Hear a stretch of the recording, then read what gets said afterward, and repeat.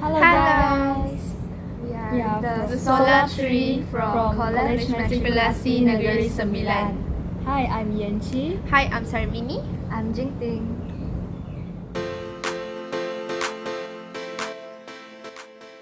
Have you been encountering problems like drying the clothes using conventional method and it suddenly rains and your clothes get wet?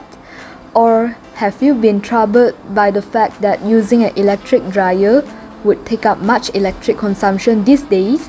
Don't worry. We, Solar Tree, are here to provide a solution. Our newly designed solar dryer has none of these problems.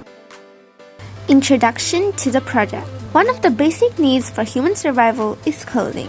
And nowadays, the most preferable way of drying clothes is the use of an electric dryer. However, the modern conventional electric dryer is expensive and rather inefficient. You could say that drying clothes out in the sun is more effective, but drying clothes out without any protection at all can cause fading and stretchy spots due to the ultraviolet rays of sunlight during hot weather. Solar radiation used for drying is one of the oldest applications of solar energy. Therefore, the idea is to make the difference in the morning spinning concept in a portable solar-powered dryer which is free of overhead costs.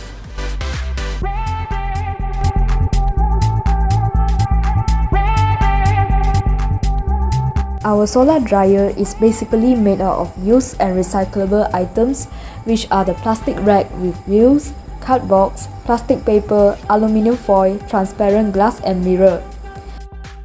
Let's move on to the process of making the solar dryer. What we basically did was we cut and put together pieces of cardboard using masking tape to make the shape of the solar dryer first. Later, we used aluminium foil and sticked it on the cardboard as a medium to reflect light inside of the solar dryer. Then, we used the stem of the plastic and stick it on the front part to be used as an open door to allow consumers to hang their clothes inside of the solar dryer. The solar dryer prototype was then tested for its maximum achievable temperature and its effectiveness of the prototype itself. The methodology of the innovation started with the surrounding temperature of solar dryer on a hot day being 36.7 Celsius. We first prepared a cloth and soaked it with water. The solar dryer was then tested using the wet cloth. Later, the cloth was then placed under the sun inside the solar dryer, and the time taken for the cloth to dry was recorded. Lastly, the weight of the soaked and the dry cloth was observed and both masses were compared.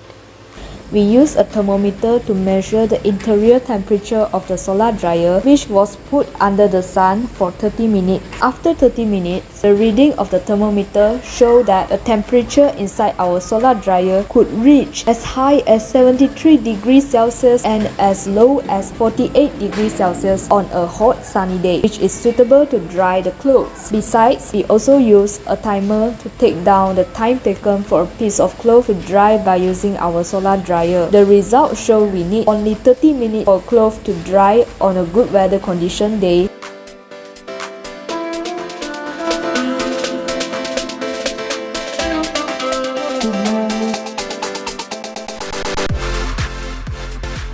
One of the benefits of an electrical dryer is it can typically operate on a 240 volt current found in every household.